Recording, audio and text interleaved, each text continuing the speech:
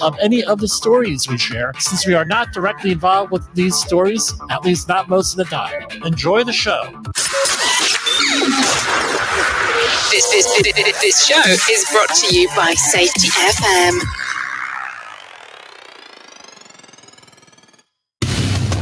And from the border of liberty and prosperity, the highway to the north, this is Safety Wars for Tuesday, January 16th.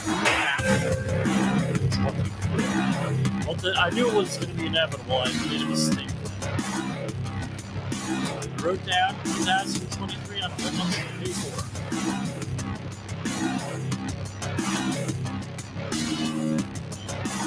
No! So we're 6 months. Hope getting the streamers here in place. Am I on the air or not? I don't know.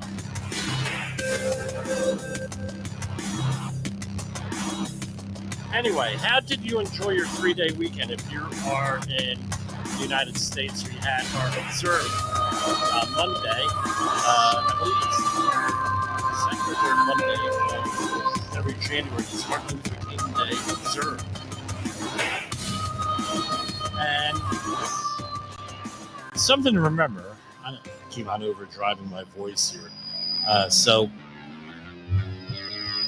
real simple. Okay, we are on. Civil rights, right? That's what Martin Luther King is famous for.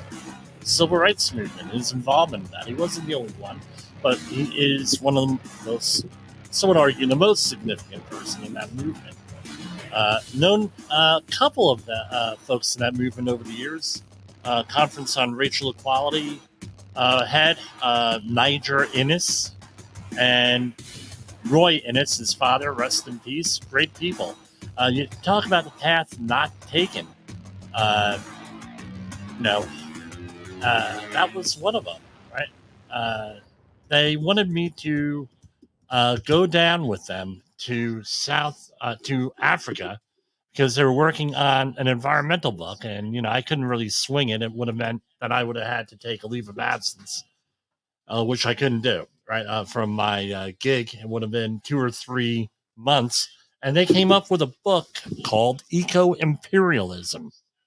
They had a lot to do with it. And what the whole idea was United Nations was promoting things that were not did not have a positive impact on Africa.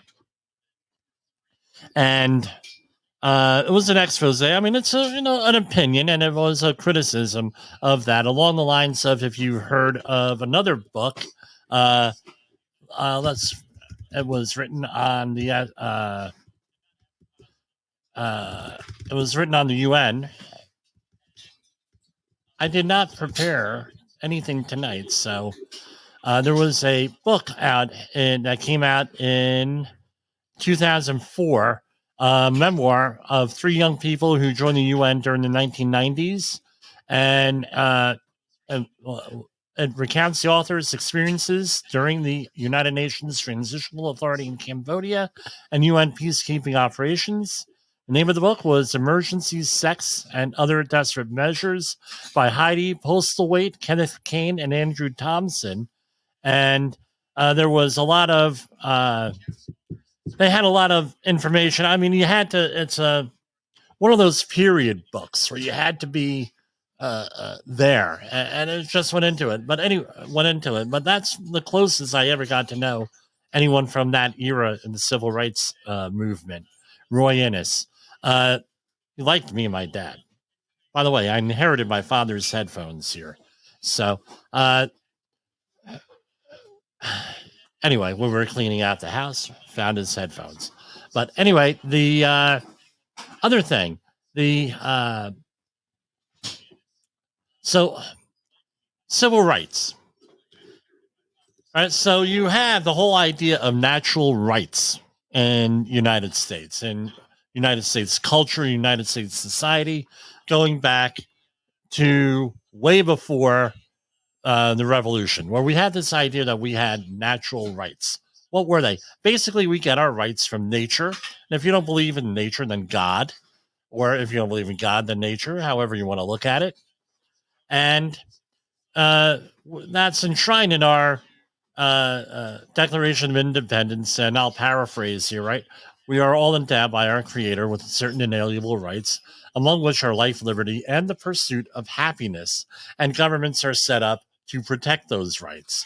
So there's a big debate, and you could go back and read the Federalist Papers on all of this stuff going back and forth and a lot of the notes there. I'm not going to claim to be an expert because there are a lot of people out there who claim to be experts in this stuff, and they are not. And as I say about safety professionals, if anyone says they're a safety expert, watch out. Right? Let someone else identify you as one. Don't self-identify as a safety expert. You're going to run into problems every time. But we have, that's one way of rights, where we have inalienable rights. So we also have the other idea is that the Bill of Rights in this country, we have 10 bills of rights. So what are the 10 bills of rights? Right? You could go and look them up, right? Right to free speech, freedom of religion, freedom of assembly, right to keep and bear arms. The Third Amendment, which is you have a right to be the government's not going to quarter troops in your house. Never been litigated to anyone's knowledge, but with that, unreasonable search and seizure, to be secure, self-incrimination, and going on and on and on. I forget the 9th and the 10th are pretty much the same, where if the government doesn't have hasn't identified any jurisdiction to something, then it goes back to the states or the people, sort of thing. But anyway, you have all of those. Now, under OSHA, the government created another right. And again, it's not that they created one, it's that they identified one. And the rights don't come from government. That's what the idea was back in the day, right? We've changed, at least one side of the political aisle has changed, and the other, and they're at extremes, right? One saying rights come from government, the other one not, and it goes back and forth. And that's a debate we're not going to get into here because it's never ending. But what the idea is this. The government could identify rights. That's how I like to think about it. And I know there are attorneys out there pulling their hair out right now. And one of the rights that they have, right, is this. Is that people have a right, right, to a safe and healthful workplace free of recognized hazards. Right? And that is a right. And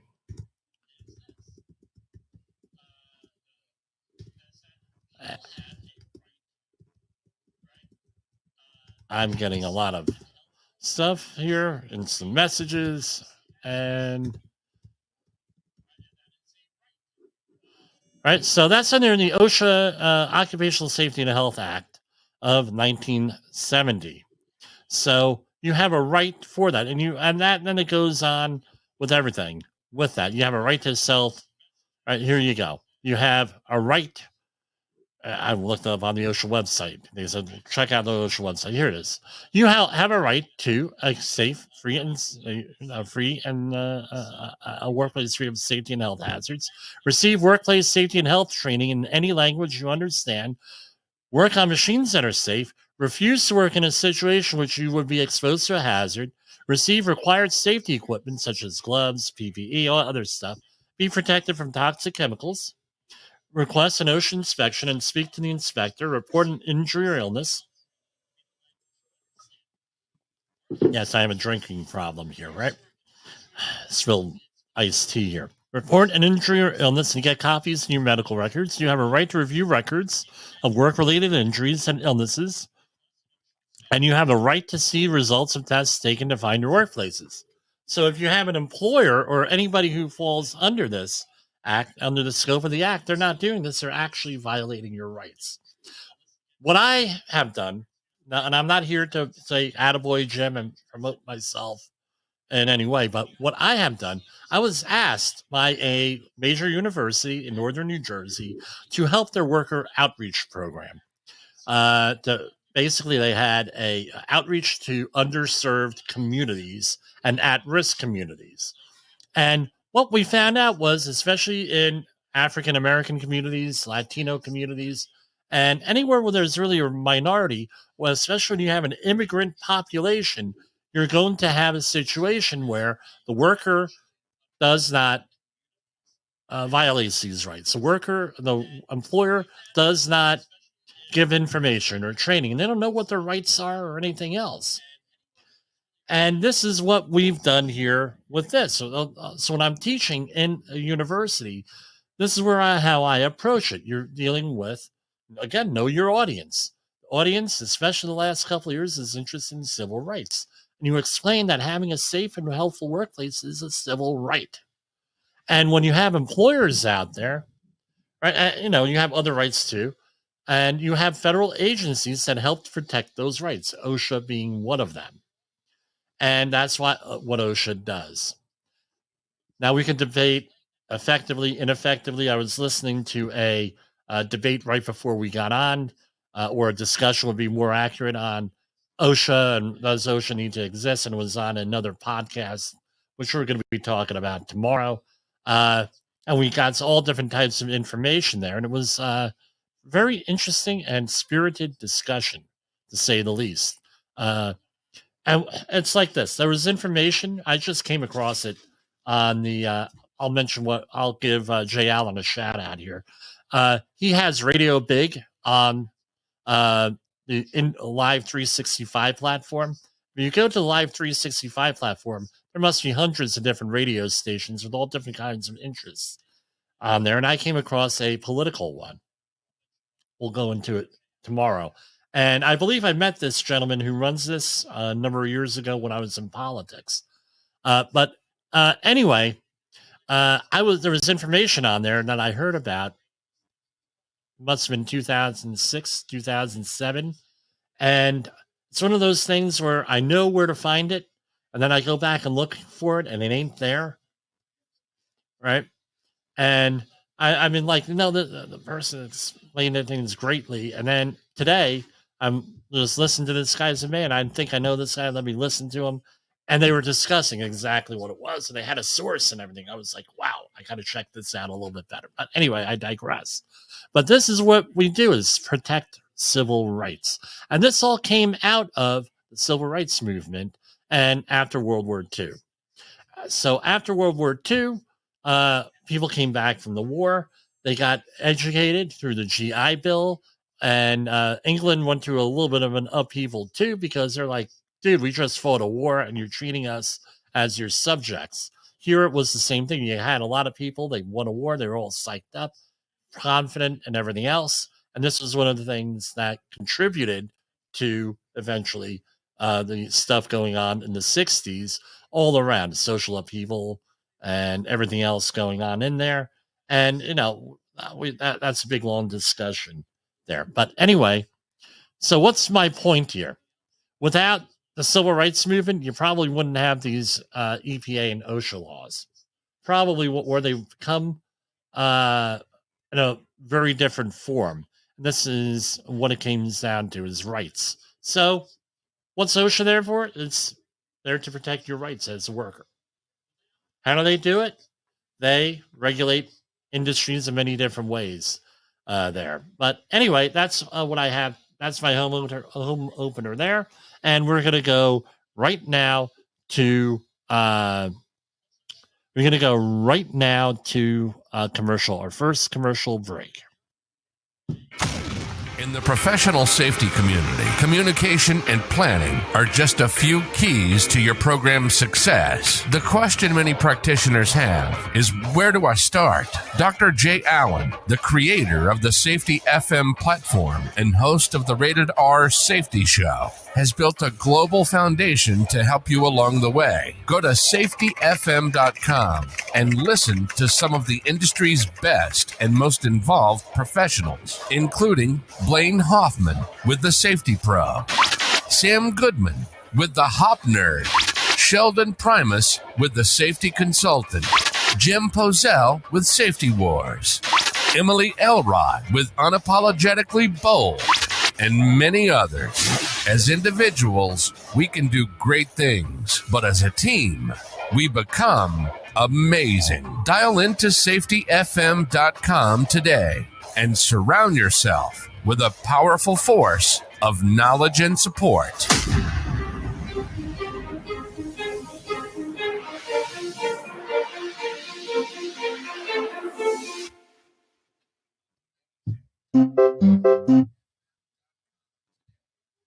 Sorry, no clowns here today. OSHA recordables, catastrophic losses, environmental disasters. You want answers? So do I. This is Jim Poesl with Safety Wars. That's my daddy! Is your safety training old, stale, and hackneyed? Is your safety trainer still preaching a warped version of behavior-based safety? How about safety training that actually addresses your hazards in your workplaces and is not standardized baloney from 25 years ago? Contact the Safety Wars team at safetywars.com or call Jim Poesl at 845-269-5772. Remember, if you're receiving this message, you are the solution to unsafe workplaces. Anyway, what was I working on late last night? My son is a pitcher and first baseman in a travel league team, and I applied some of my skills here for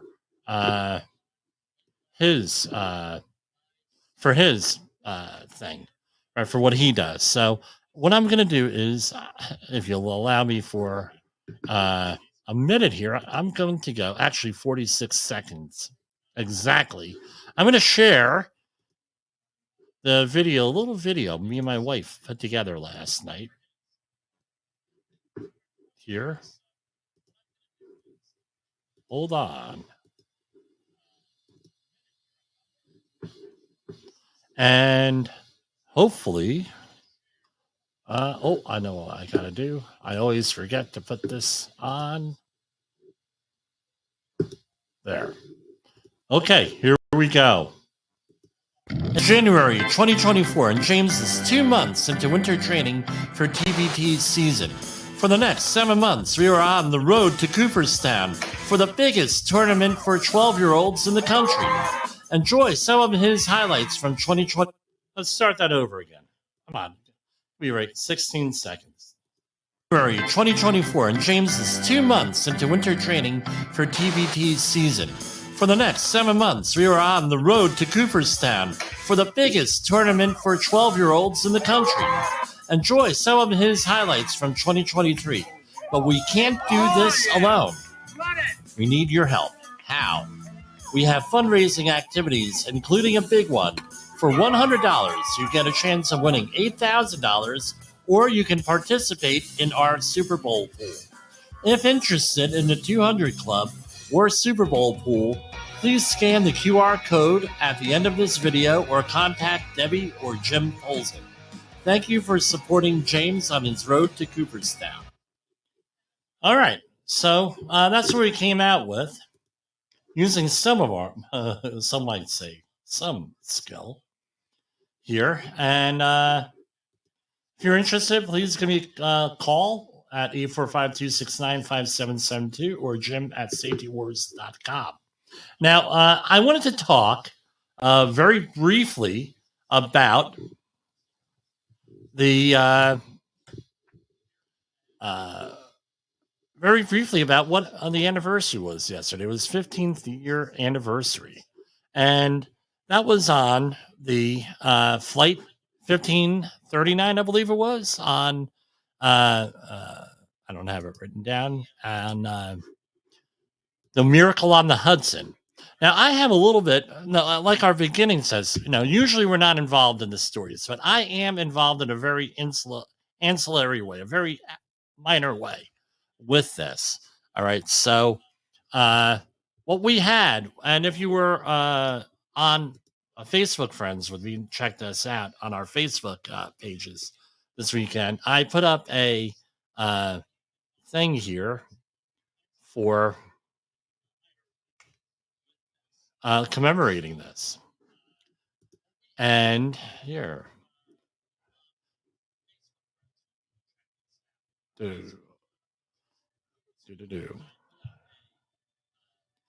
So basically, this was the story of my post here.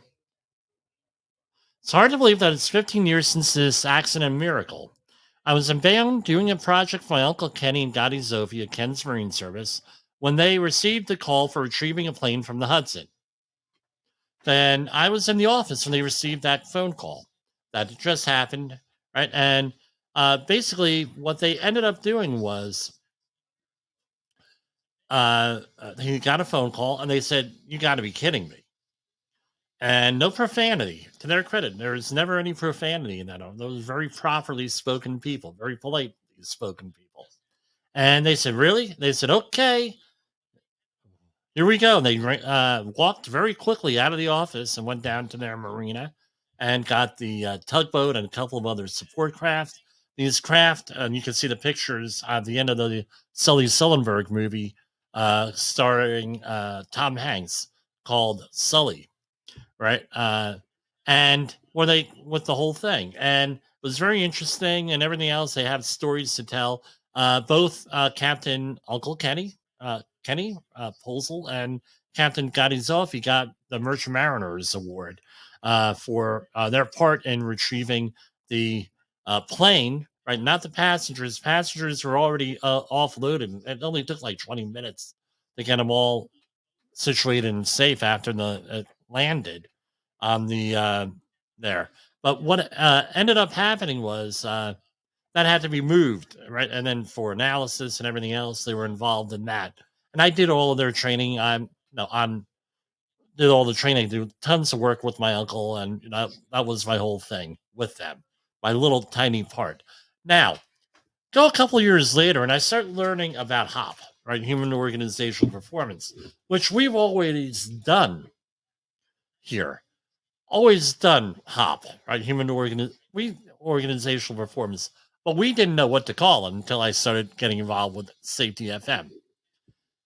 So this is what else I had. Right? I have here. It is a testament to the captain, to Captain Sullenberg and the crew and everyone else involved that this turned out successfully. This is used as a case study in my HOP courses, right? Well, I don't really teach an exclusive HOP course, but I incorporate it into everything else that I do. So if you're going to be getting a course from me, like this week, we're doing a lockout tagout course for a client. We're talking about HOP, right? So one day, this actually happened. One day I was training at the Bayonne dry dock, which is next to the old military ocean. It is the old military ocean terminal in Bayonne. And I started going into HOP with the people at that facility. And what we ended up doing was I said, son of a gun, this actually happened right outside the window of the classroom. This miracle on the Hudson happened literally like right there. Right. So I went into, I said, okay, you remember that? Blah, blah, blah. And if you watch the movie, and I don't know how accurate the movie is, you learn a lot about how accident investigations often happen.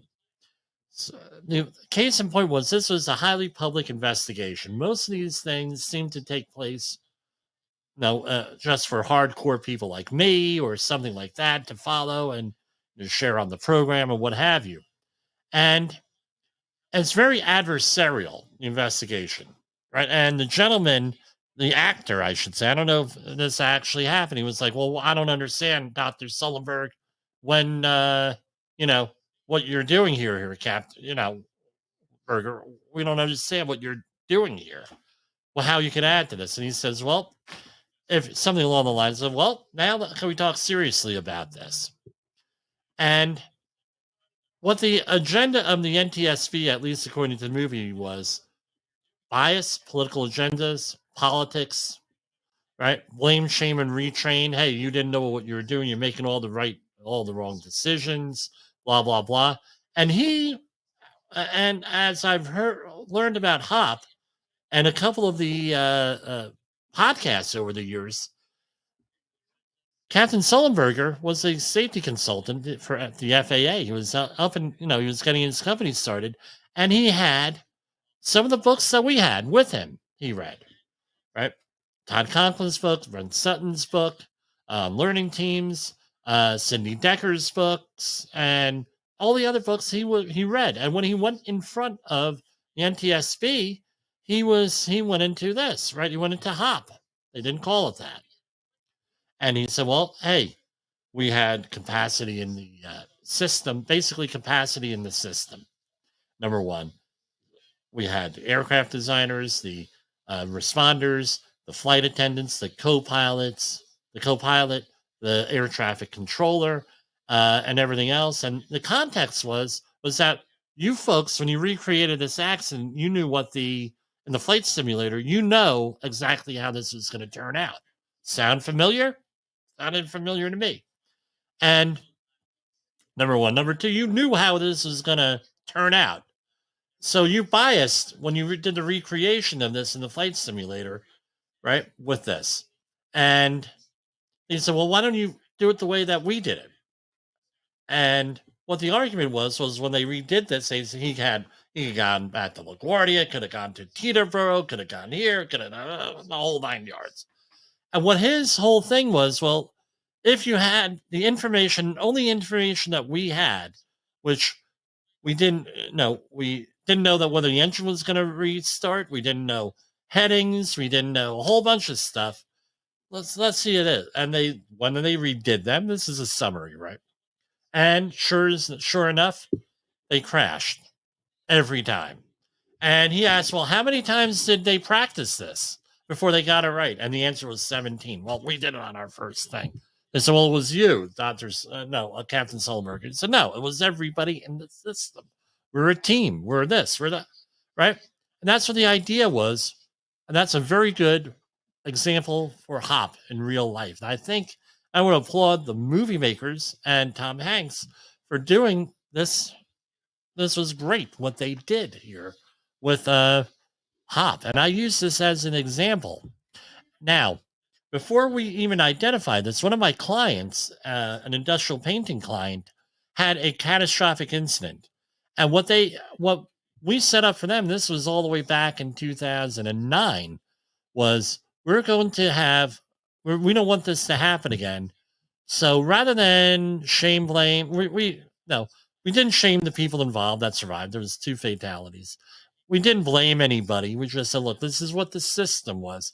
And this is what the context was. Nobody meant for this to happen, obviously, for this. But what we're going to do is we're going to set the case, set the company culture of one of openness. We're going to get the right equipment. Well, we always had the right equipment.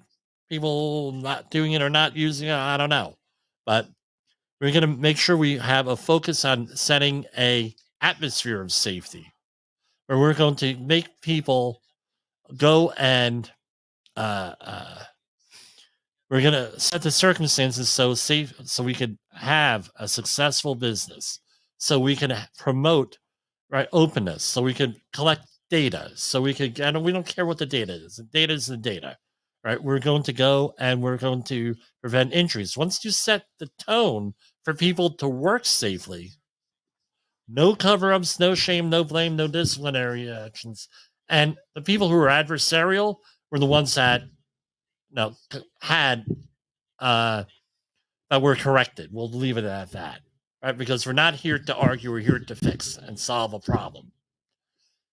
After like a year or 2 or 3 years, guess what happened? No, we had accident management programs in place. We have training in place. We had our GUVNO together, basically. What do you think happened? They went for years with nothing more than a basic first aid case. Right? And that's what happened. And they were able to recoup all of their